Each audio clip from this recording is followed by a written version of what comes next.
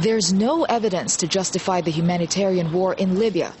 That's the conclusion of filmmaker and independent journalist Julien Taï. The beginning of this story, we got some allegation which has been elocuted and said to the United Nations Human Rights Council. And those allegations have never been verified or checked.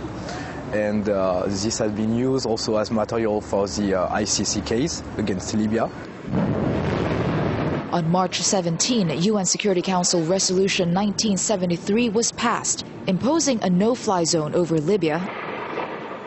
Accusations were that Gaddafi bombed his own people from air and land, used foreign mercenaries, ordered the use of rape as a weapon, and killed by the thousands. I can't prove that there was no bombing. All I know is that there is no evidence of bombing.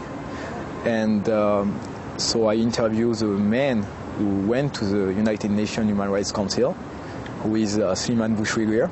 Slimane Bouchouguir was the former Secretary General of the Libyan League for Human Rights, now the Libyan ambassador to Bern in Switzerland. On February 25, he went to the UN Human Rights Council to present his organization's allegations of crimes against Gaddafi's government. In that session, a decision was taken to freeze Libya's membership in the council. He underlined the number of deaths, 6,000, including 3,000 in Tripoli alone.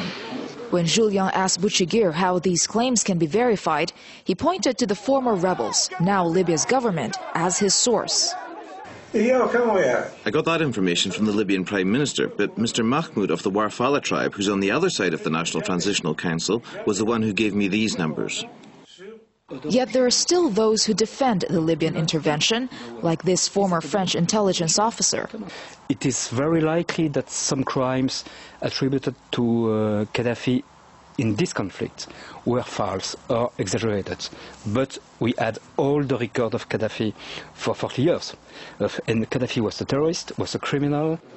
On June 27, International Criminal Court prosecutor Luis Ocampo Moreno's request for arrest warrants for Muammar Gaddafi, Saif al-Islam and Gaddafi's intelligence chief was granted.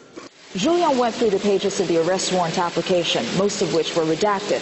But among the pages open to the public were a list of articles to support the case, one of which was Bouchouguir's February 25th speech, the one based on information Bouchouguir himself said he got from the NTC. But those who raised questions risked being accused of taking the side of a man seen as a brutal dictator, already labeled by some world powers as the bad guy.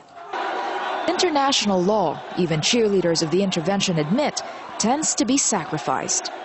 I will tell you, you are certainly right, but I will tell you something which is not politically correct. I don't believe so much in international law. It's just a tool used in one hand or the other hand for political purpose.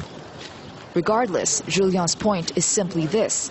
With such legal systems in place, any claims, first and foremost, should be thoroughly investigated. A point he hopes will be heard before the next humanitarian war is waged. Tessa Ercilia, RT, Brussels.